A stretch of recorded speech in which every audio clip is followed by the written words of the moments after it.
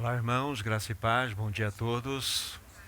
Vamos orar, vamos pedir uma vez mais que o Espírito Santo possa continuar, em nós, entre nós, e que essa manhã seja uma manhã que os céus possam se abrir, nossos olhos sejam abertos e possamos contemplar um pouco mais da face daquele que é o amado da nossa alma. Sim, amado Pai, nós rogamos que o Espírito Santo continue a passear em nós, entre nós. Somente esse bendito Paráclito pode trazer, de fato, realidade para esse momento que estamos vivendo. Só Ele pode abrir os nossos olhos para que nós possamos ver um pouco mais daquele que é o amado da nossa alma. Nós queremos vivenciar esse momento com reverência no nosso coração, com discernimento, porque esse não é um encontro comum, não é um reunir comum. Nós estamos respondendo a um convite. Nós estamos atendendo a este chamado que Teu Filho fez para nós nessa manhã, para estarmos junto dEle diante da Sua mesa.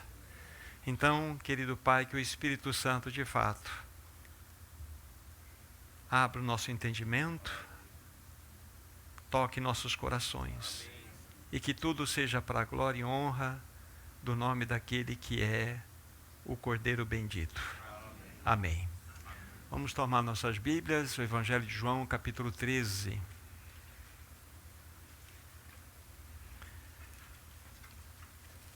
E aqui em João 13 vamos ler os 5 primeiros versículos.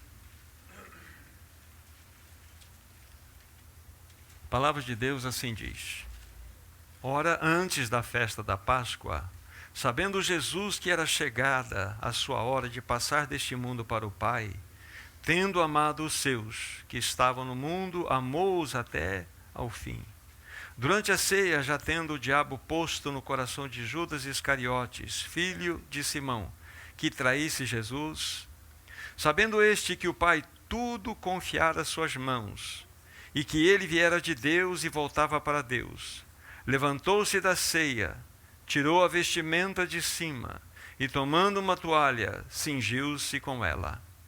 Depois deitou água na bacia, e passou a lavar os pés aos seus discípulos, e a enxugar-lhes com a toalha com que estava cingido. Até aqui.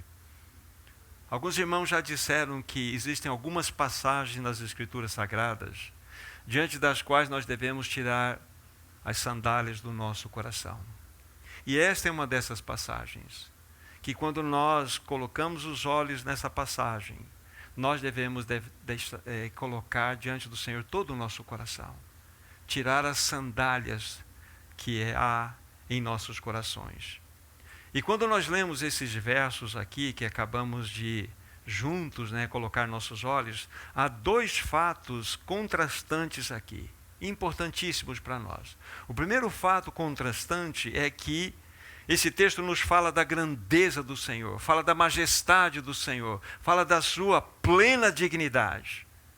E acrescentando esse primeiro fato contrastante, nos mostra aqui que o Senhor Jesus tinha consciência destas realidades. O segundo fato contrastante é a sua humilhação diante dos homens. Notório isso diante aqui de cada um de nós. E quando nós olhamos para um cenário maior que está descrito aqui na leitura feita, o que nós podemos observar é que o Senhor já tinha chegado ao fim do seu ministério. Tudo aquilo que ele deveria fazer, ele havia concluído e com perfeição. Só faltava algo: marchar em direção à cruz. E uma observação importante que eu coloco aqui diante dos meus irmãos, que antes mesmo da cruz, o Pai já havia decretado, Anderson, já havia decretado o quê? Que tudo havia sido colocado diante das suas mãos. Coloque novamente os olhos do versículo 3, por favor. Sabendo Senhor Jesus, que o Pai tudo confiara às suas mãos, e que viera de Deus e que voltava para Deus. Então, diante dos nossos olhos, nós temos esse quadro.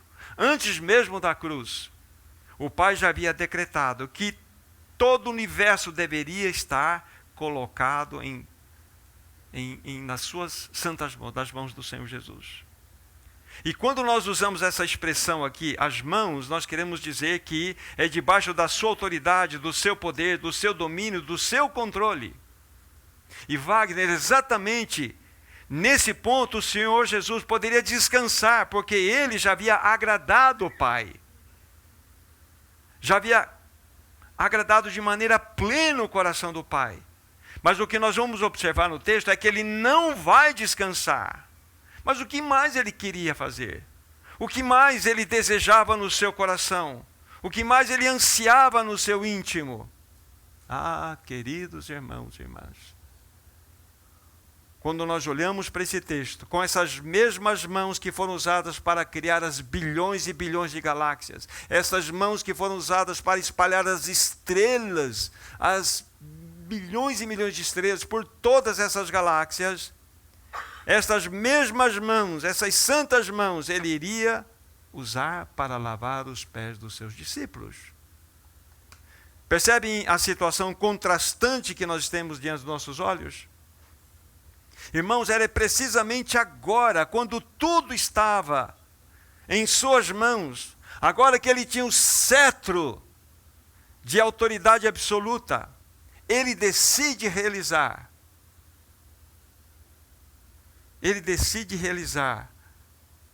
algo que é profundamente perturbador para nós. É impressionante isso que nós estamos contemplando. Amados irmãos, ele poderia usar essas mãos para exercer autoridade sobre seus discípulos. Ele poderia usar as suas mãos para quê? Exigir submissão dos seus discípulos. Ele poderia usar as suas mãos para disciplinar os seus discípulos. Isso tudo seria legítimo. Mas ele não fez isso. Ele não fez isso. Ele vai realizar diante de nós, dos nossos olhos aqui, algo profundamente insólito, que significa raro, incomum, anormal. Novamente, os olhos no capítulo 13, versos 4 e 5 agora. Olha o que ele fez. Levantou-se da ceia, tirou a vestimenta de cima e, tomando uma toalha, cingiu-se com ela.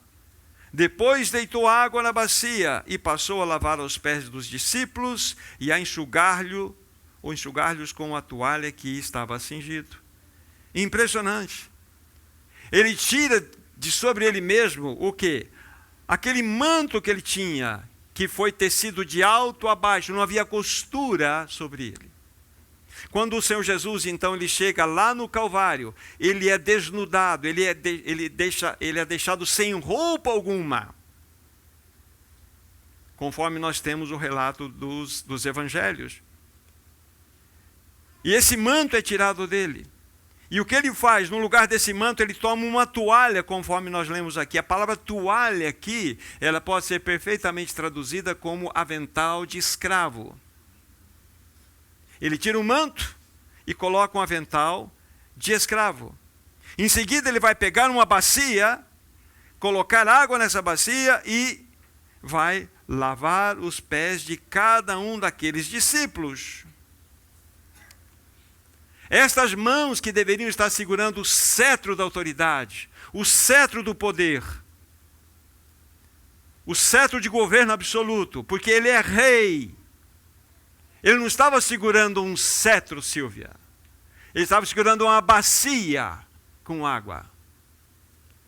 Ele não estava com um manto real que ele merecia carregar. Ele colocou um avental de escravo para poder servir.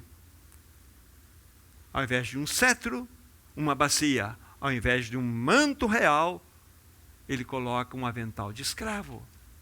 Caio, este é o teu Senhor Jesus Cristo.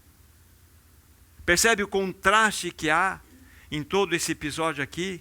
Queridos irmãos, que conduta, que gesto desse nosso amado Senhor. Vocês já imaginaram um rei, o Rei do Universo, agachado, lavando pés de discípulos?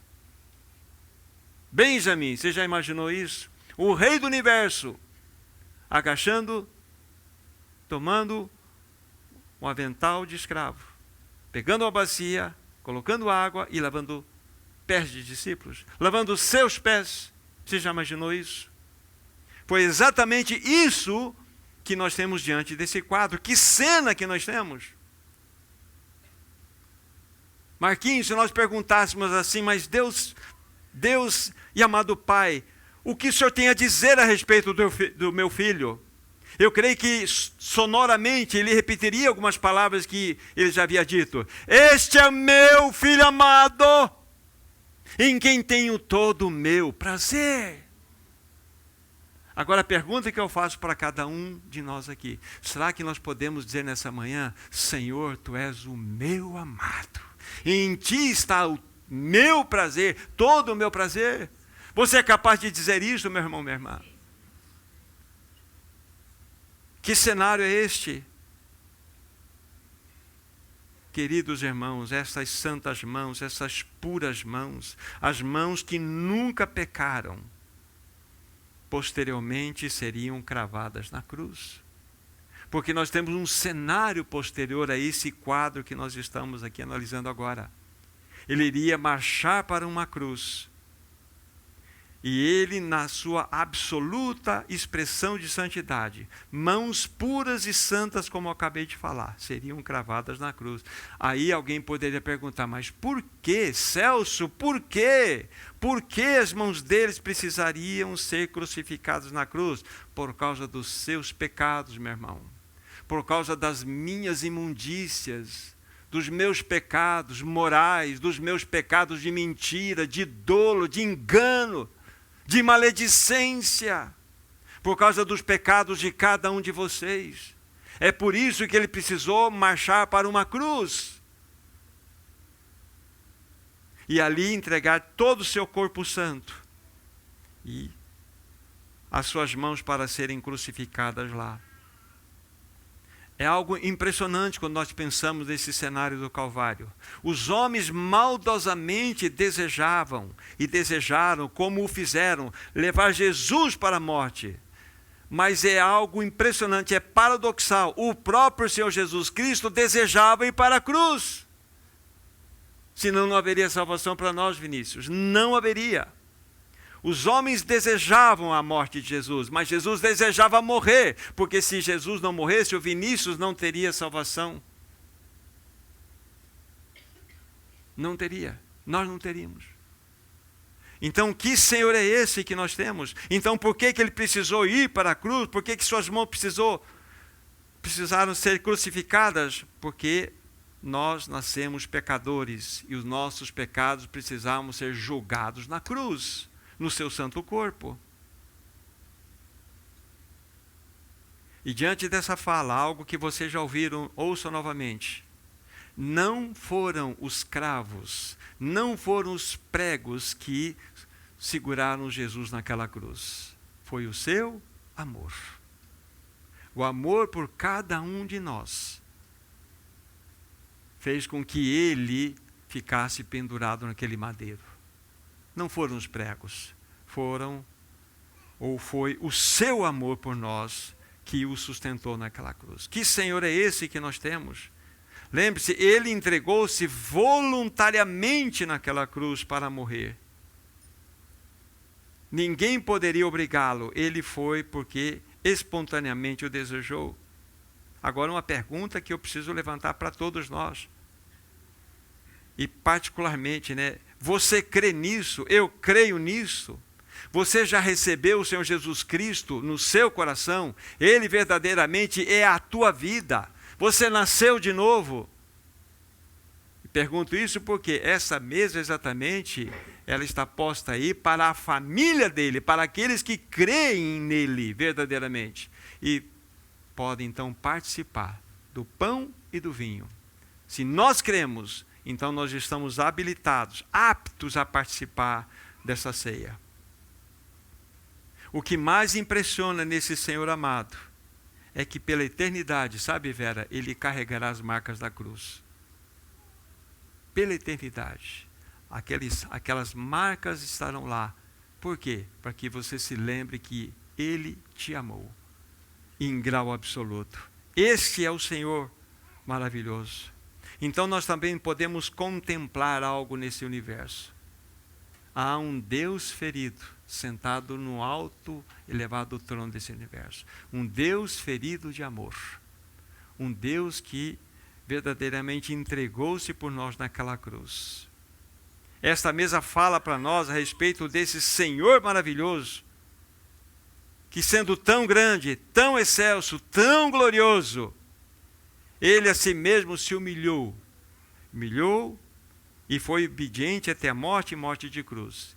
Ele morreu pela Iracizinha, pela Lucimar, ele deu a sua vida. Ele morreu por cada um de nós naquela cruz. Que Senhor é este?